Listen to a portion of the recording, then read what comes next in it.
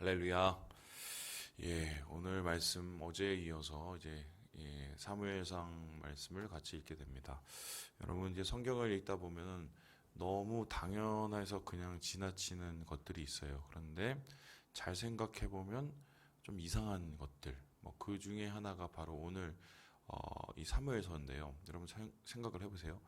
이 사무엘서 라는 말은 이 쇼페르 샤무엘 갖고 사무엘 사사기 뭐 이렇게 볼 수 있습니다. 그러면은 이 사무엘서라는 말에는 이 책의 중심이 사무엘이라는 말이잖아요. 그렇죠? 그러니까 사무엘서니까 사무엘이 중심이어야 되잖아요.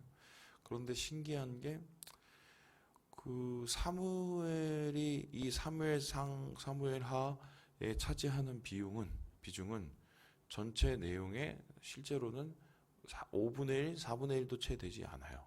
그러면은 대부분 사무엘서의 이야기는 누구의 이야기냐면 사울과 다윗의 이야기입니다. 그리고 정확하게 따지면 다윗이 차지하는 비중이 거의 절반 이상이 넘어요. 그러면 내용상으로 봤을 때는 비중상으로 봤을 때는 이거는 다윗기라고 말하는 게 맞거든요. 아니면은 뭐 유대 왕국 뭐기 뭐라고 얘기하든가 이렇게 해야 되는데 이상하게 사무엘서라고 한단 말입니다.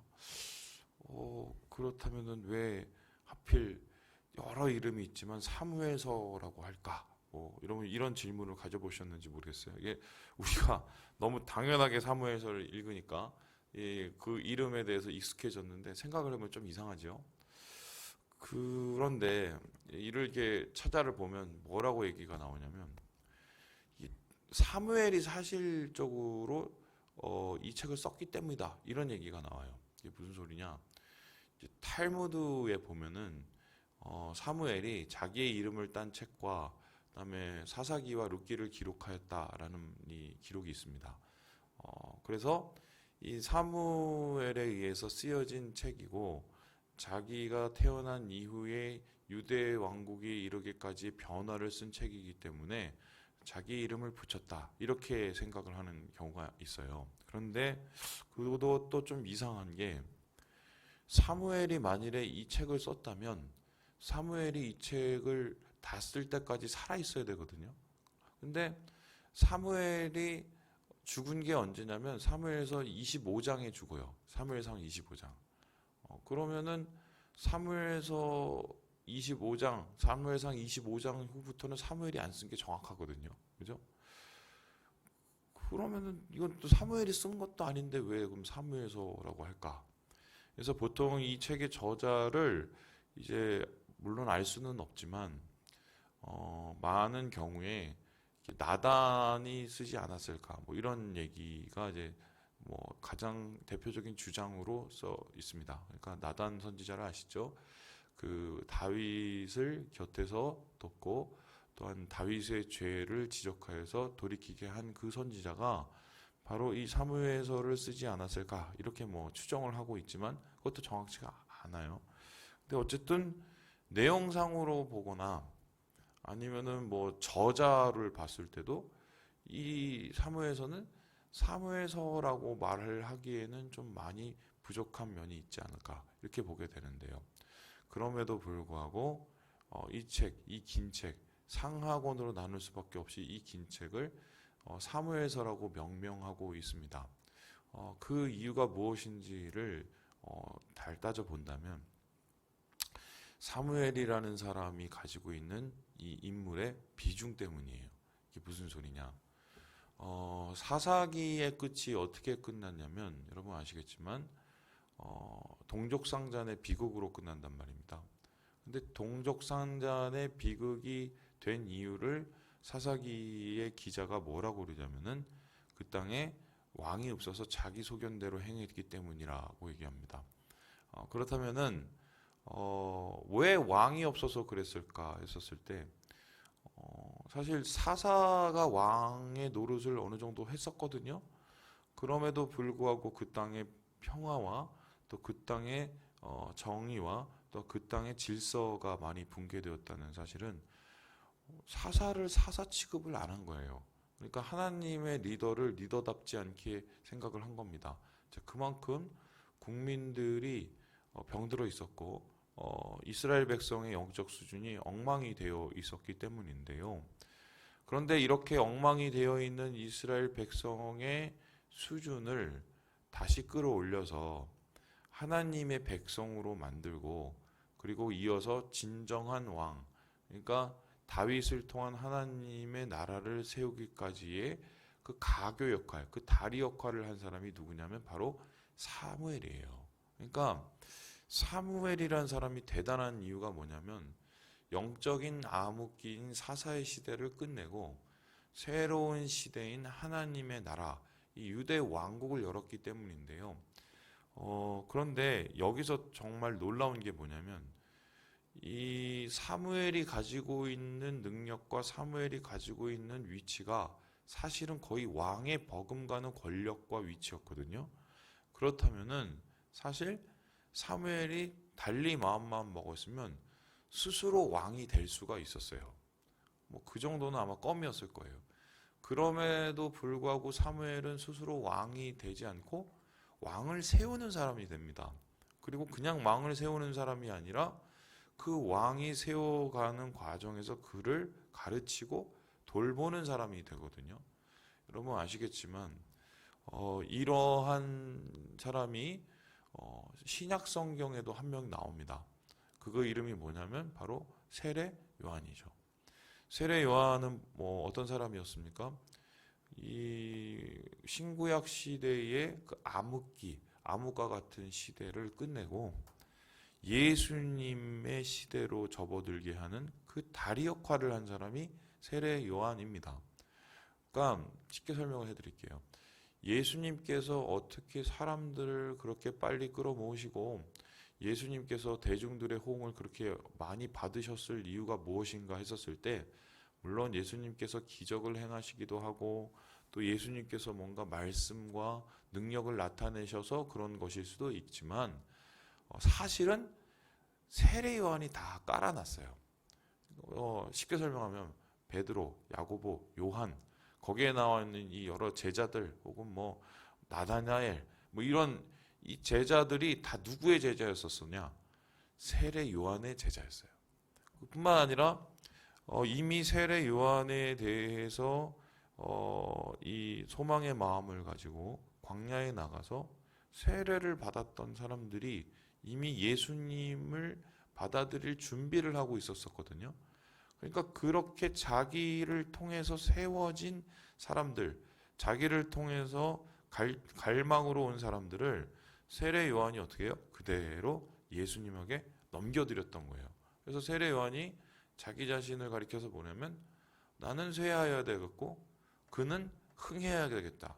즉 말 그대로 가교 역할을 하게 됩니다. 그런데 이 가교 역할을 했었을 때 예수님께서 그 세례 요한을 가리켜서 나중에 뭐라고 얘기하셨냐면 여자가 낳은 자 중에 가장 큰 자라고 얘기를 했어요. 이 소리가 무엇이겠습니까? 사람이 이룰 수 있는 일들 중에 가장 위대한 일을 했다는 것인데요. 그 위대한 일은 예수님의 길, 구원으로 나아가는 길을 준비했다는 표현일 수도 있지만 그걸 인간적인 면에서 따지자면 자기의 것을 포기하고 하나님의 것을 세우는 사람이기 때문에 그래요. 그러니까 이런 의미에서 사무엘도 똑같은데 그의 위치와 그의 지위를 가지고 왕이 될 수 있었어요. 그런데 왕이 되지 않고 어떻게 합니까? 왕을 세우는 사람이 됐지요. 심지어 자기의 있는 것들을 다 희생하고 자기가 가진 것들을 다 포기하면서까지 하나님의 왕국을, 하나님이 왕 되신 나라를 제대로 세우기 위해서 모든 것을 헌신하여서 모든 것을 바친 사람이 바로 사무엘이라는 사람이란 말입니다. 조금 더 구체적으로 표현하면 이런 건데요. 어떤 목사님이 한 번 있었다고 한번 쳐봅시다. 이 목사님이 한 교회에 부임을 했어요. 근데 그 교회가 어떤 교회냐? 지금 쓰러지기 일보 직전의 교회였던 거예요. 뭐 교인이 뭐 채 몇 명도 남아있지 않은 교회. 근데 그 교회에 오셔서 그 교회의 밑바닥을 다시 세우시고 기초를 다시 세우고 건물도 다시 세우고 사람도 다시 돌이키고 다 해놓으시고는 어떻게 해요? 그분은 이제 은퇴를 빨리 하시고는 어떻게 해요? 새로 사람을 세우셔서 새 사역자, 좋은 사역자를 그 교회에 자기를 이을 담임으로 세웠다. 여러분 이런 뉴스를 들어보신 적이 거의 없죠? 그 이유가 뭔지 아십니까? 이렇게 하기가 되게 힘들기 때문이에요. 지금 이제 문제를 다 일으키고 있는 목사님들의 공통적인 특징이 뭐냐면 정말 피땀을 일궈서 교회를 세우신 분들이에요.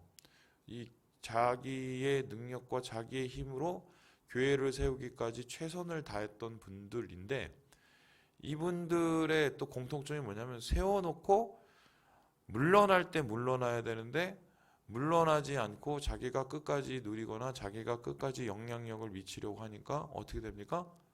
교회가 힘들어지고 교회가 소유하게 되고 심지어는 세습까지 이어지는 지금 이게 한국교회가 망조로 빠진 이유거든요. 정확하게 표현하면은 사무엘 같은 목회자가 없어서 그래요. 이 땅에. 그래서 오늘 우리가 읽는 이 사무엘서가 사무엘서라고 불려질 수밖에 없는 이유가 뭐냐면 이 내용의 비중은 작고 또한 이 사무엘이 썼는지 안 썼는지도 명확하지가 않지만 이 유다 왕국 다윗에 의한 다윗의 왕국이 세워지기까지의 가장 큰 역할을 감당했고 가장 많은 수고를 감당했던 사람이 바로 누구예요? 사무엘이기 때문이에요. 그러니까 천국에 가면 솔직히 하나님께서 이름 없는 자의 수고를 더 높이 여기시고 하나님께서 보이지 않는 그 열매들을 더 기쁘게 받으시잖아요. 저는 확신을 하는데 뭐 다윗도 죽고 사울도 죽고 이 사무엘도 죽었죠. 뭐 사울은 뭐 지옥에 갔겠죠. 그러니까 다윗과 이 사무엘이 하나님 앞에 섰을 때 더 큰 영광을 누리고 더 큰 칭찬을 받을 사람이 과연 누구였을까? 저는 단언코 사무엘이라고 생각합니다. 바로 이 사무엘 같은 사람에 의해서 세워진 하나님의 나라가 영광을 누렸기 때문이죠. 그래서 저는 오늘 이 사무엘상 말씀을 시작하면서 여러분에게 꼭 하고 싶은 게 누리는 사람보다 세우는 사람이 더 복이 있다는 말씀을 꼭 드리고 싶습니다. 우리는 뭔가를 해놓고 그것에 대한 열매를 바라고 열매를 누리고 그걸 열매를 자기 것으로 손에 쥐려고 하고 하잖아요. 그게 인간의 본능인데 하나님의 일이 더 창대하게 이루어지기 위해서는 그것들을 하나님 앞에 드릴 수 있어야 돼요. 그래야 그것이 내게 아니라 하나님께 되고 심지어는 우리께 아니라 하나님께서 다스리는 것이 되기 때문인데요. 바로 그러한 이 성경의 본을 보여주셨던 이 사무엘 그 이야기가 오늘부터 읽어지는 이 사무엘서를 통해서 우리가 알 수 있게 된다. 그래서 여러분 이번 이 설에는 사무엘서를 쭉 계속 읽어 나가시면서 특별히 사무엘이라는 사람의 모습을 더 주의 깊게 보시면 우리가 삶 속에서 취해야 될 크리스찬의 모습이 무엇인지를 깨닫게 되는 것입니다. 그래서 오늘 말씀 속에서 제가 1장을 읽으면서 조금 너무 장대한 이 전체 얘기를 했지만 중요한 얘기를 딱 두 가지만 하고 마치도록 하겠습니다. 우리 함께 9절의 말씀을 먼저 같이 읽어보겠습니다. 9절의 말씀입니다. 시작.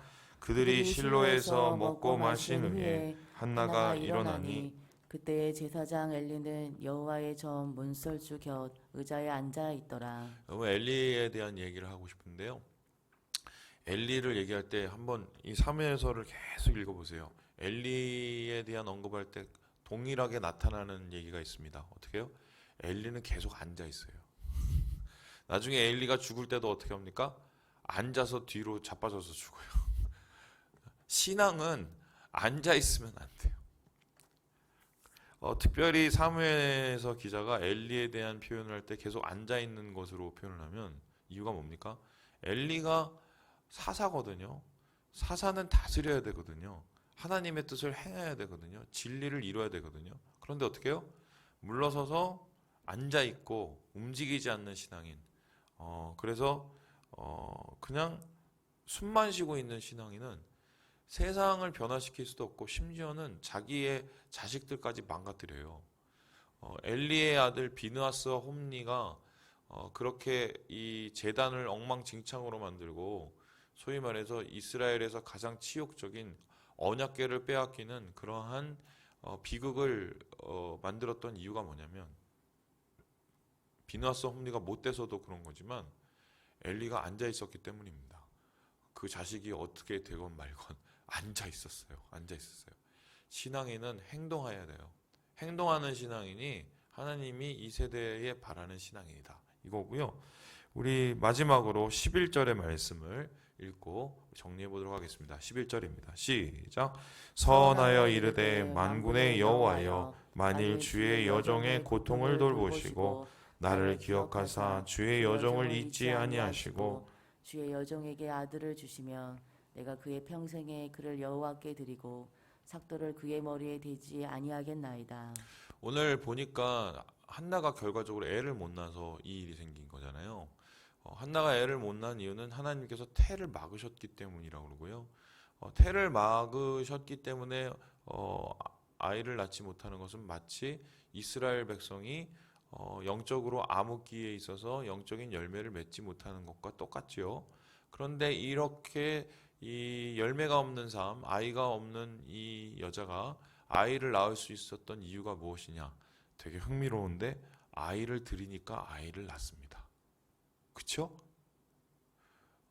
신기하지 않습니까? 전혀 안 신기하신 것 같은데 제가 어떻게 눈으로 다 보고 있어요. 다 아이를 들이니 아이가 생겨요.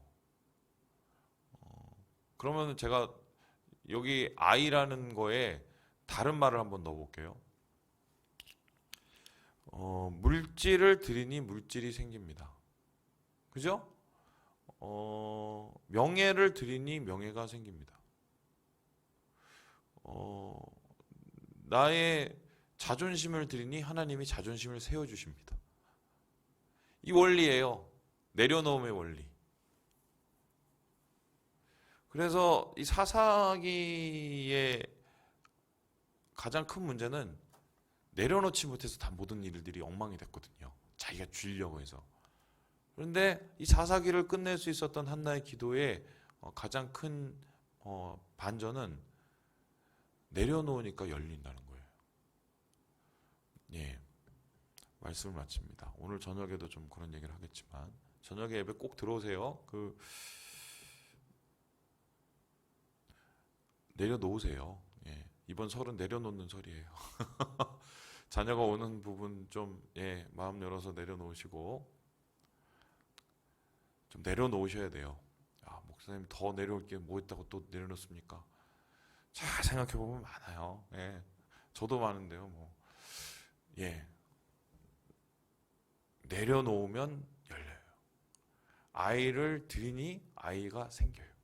여러분 이거를 한번 잘 묵상해 보셔서 주님 안에서 좀 열매를 거두는 3일의 기간, 명절 기간 되시길 주님의 이름으로 축원합니다.